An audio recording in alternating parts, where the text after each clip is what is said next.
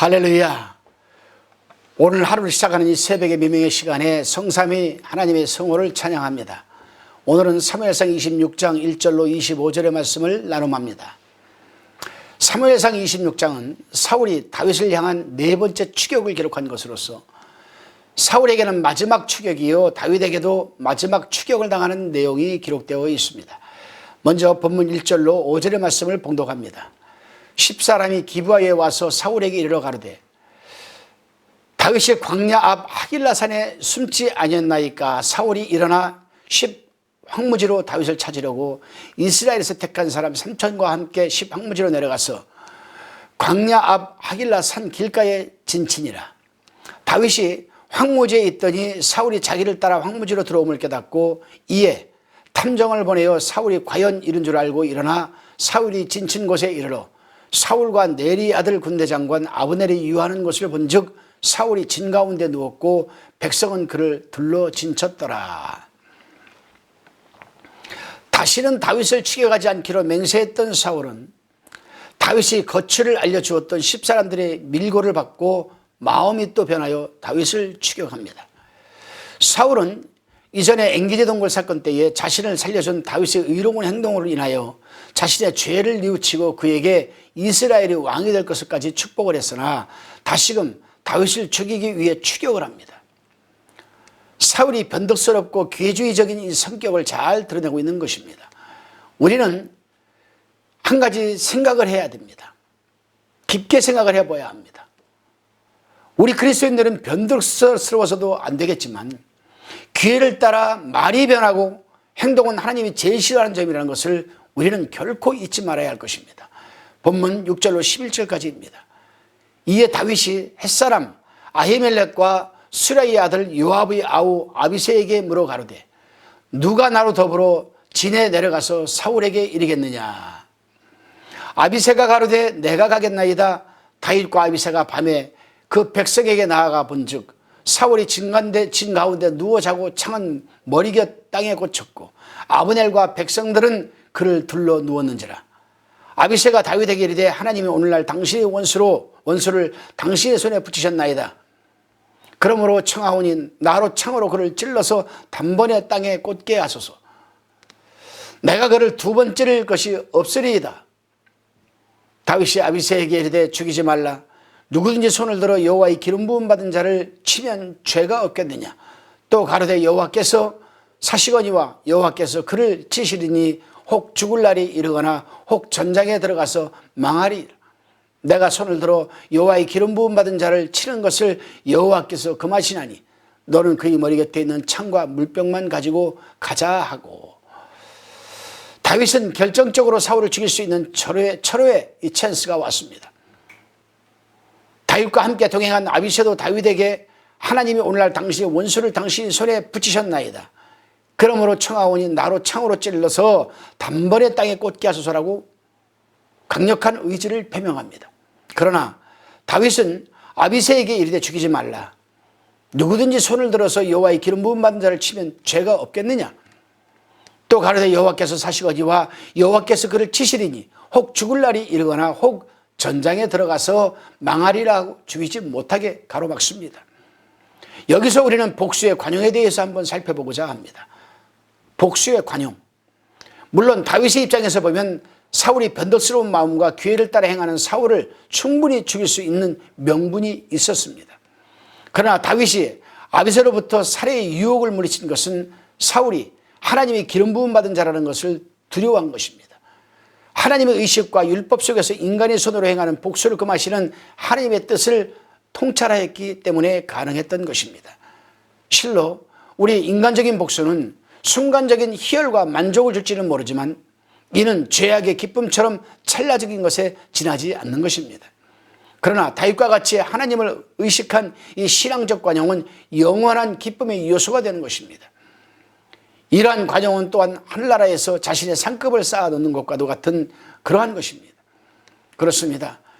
용서의 부재 속에서 살아가는 우리 또한 죄를 사하여 주옵소서란 신앙적 관용의 자세를 갖고 우리는 살아가야 할 것입니다. 본문 12절로 19절입니다. 다윗이 사울이 머리 곁에서 창과 물병을 가지고 떠나가되 깨든지 이를 보든지 알든지 하는 사람이 없었으니 이는 여호와께서 그들로 깊게 잠들게 하셨으므로 그들이 다 잠이었더라. 이에 다윗이 건너편으로 가서 멀리 산꼭대기에 서니 상거가 멀더라. 다윗이 백성과 네리 아들 아브넬을 대하여 외쳐 가로되 아브넬아 너는 대답지 아니하느냐. 아브넬이 대답하여 가로되 왕을 부르는 너는 누구냐. 다윗이 아브넬에게 이르되 내가 용사가 아니냐. 이스라엘 중에 너 같은 자가 누구냐. 그러한데 내가 어찌하여 내 주 왕을 보호하지 아니하느냐. 백성 중 한 사람이 내 주 왕을 죽이려고 들어갔었느니라. 내 행한 이 일이 선치 못하도다. 여호와께서 사시거니와 여호와의 기름 부음 받은 너희 주를 보호하지 아니하였으니 너희는 마땅히 죽을 자니라. 이에 왕의 창과 왕의 머리 곁에 있는 물병이 어디 있나 보라. 사울이 다윗의 음성을 알아듣고 가로되 네 아들 다윗아 이것이 내 음성이냐 가로되 다윗이 가로되 내 주 왕이여 내 음성이니이다. 또 가로되 내 주는 어찌하여 주의 종을 쫓으리이까. 내가 무엇을 하였으면 내 손에 무슨 악이 있나이까.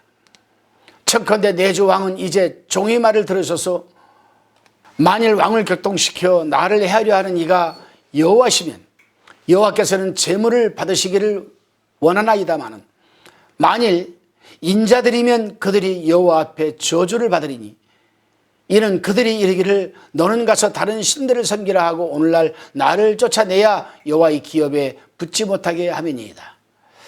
결국 다윗은 사울이 창과 물병만 갖고 나왔습니다. 하나님께서 사울을 비롯한 사울이 경호대장 아비넬과 모든 군사들을 깊이 잠들게 하셔서 가능했던 것입니다. 그런데 19절에서 다윗은 사울에게 이는 그들이 이르기를 너는 가서 다른 신들을 섬기라 하고 오늘날 나를 쫓아내어 여호와의 기업에 붙지 못하게 함이니라는 말을 합니다. 다윗이 외친 이 말을 이해하려면 고대 근동지방의 관행을 우리는 이해하여야 합니다. 현대 국제사회에서도 자신의 고국을 떠나 타국으로 망명을 한 일이 종종 일어나기도 하지만 고대 근동지방에서도 마찬가지였습니다. 그러나 다른 나라와는 달리 이스라엘에 있어서는 이 망명 문제는 그들의 신앙적 문제와 직결된 것이기 때문에 특별한 의미를 갖게 됩니다. 하나님께서는 구약시대에 특별히 이스라엘 땅만을 약속의 땅으로 언약하시고 지적해 주셨습니다. 그러기에 자기들이 숭배하던 신이 이 활동 영역을 자신들의 영토에만 국한시켰던 고대 국가의 개념상 이스라엘에서 추방된다는 것은 하나님의 임재의 상징인 성막이 있는 땅을 떠난다는 것이고 언약 공동체의 유기체적인 구성원에서 제외된다는 것을 의미하는 것이었습니다.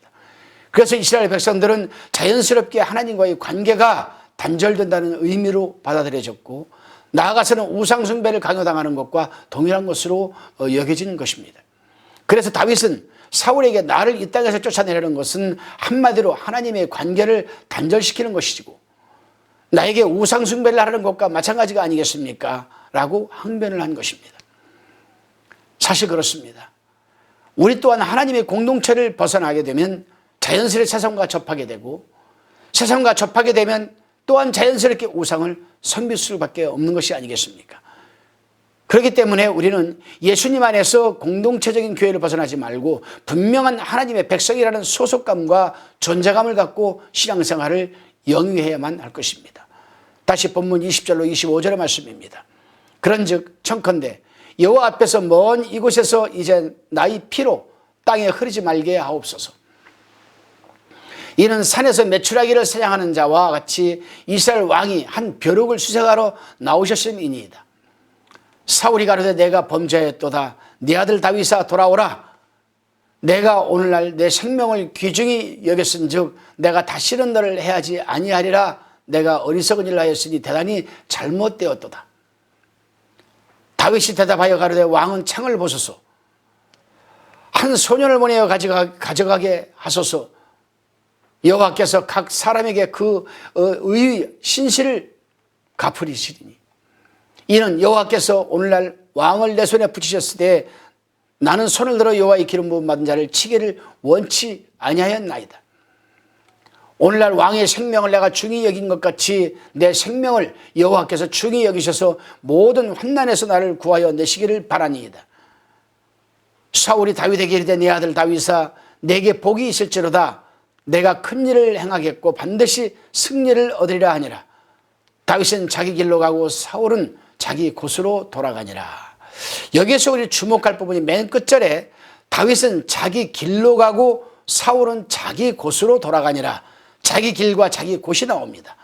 여러분, 이 부분은 여러분이 한번 잘 생각해 보시기 바랍니다. 깊이 묵상해 보세요. 다윗은 자기 길로 가고 사울은 자기 곳으로 돌아갔다. 저는 이 말씀을 이렇게 받아들입니다. 다윗은 하나님의 뜻을 따라 하나님이 인도하는 대로 갔고 사울은 자기 생각대로 자기가 생각한 곳으로 돌아갔다. 그래요, 여러분. 다윗은 사울에게 자기를 쫓는 것은 산에 들어가서 한 마리 메추라기를 사냥하는 것과 또한 한 마리 벼룩을 찾아다니는 것 같다고 하면서 자신이 이방으로 쫓겨나서 결국 거기서 이방원으로 죽어 멸망하는 일이 없게 하여 달라고 지금 사울에게 간청을 한 겁니다.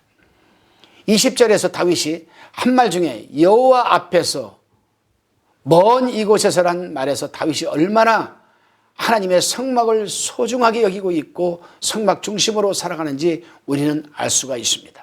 그렇습니다. 교회를 중심으로 살아가는 사람들은 언제나 교회를 벗어나는 삶이 되어서는 안 되는 것입니다. 모세가 그랬고 여호수아가 그랬고 안나가 그랬습니다. 결국 성전, 즉 교회를 벗어나지 않고 생활했던 이들은 다 하나님의 손에 붙들려 쓰임을 받은 자들이 되었습니다. 동역자 여러분들과 또한 시청자 우리 성도님들 모두가 오늘 하루도 교회 중심적인 삶이 영위되시기를 주님의 이름으로 기원드립니다. 기도하시겠습니다. 주님, 마키아벨리즘적이고 양육 강식의 법칙이 적용되어 살아가는 삭막한 세상입니다. 그러기에 복수라는 것을 당연하게 받아들이고 살아가는 이 시대에서 사울이 다윗에게 행한 것처럼 상대가 우리를 상처를 주고 악행을 한다 할지라도 우리는 그들에게 악을 악으로 갚기보다는 온전히 하나님을 의식하며 그들에게 향한 모든 것을 하나님께 맡기는 복수의 관용을 갖고 살아가게 하여 주옵소서. 믿사옵고 감사드리며 예수 그리스도의 이름으로 기도드리옵나이다. 아멘.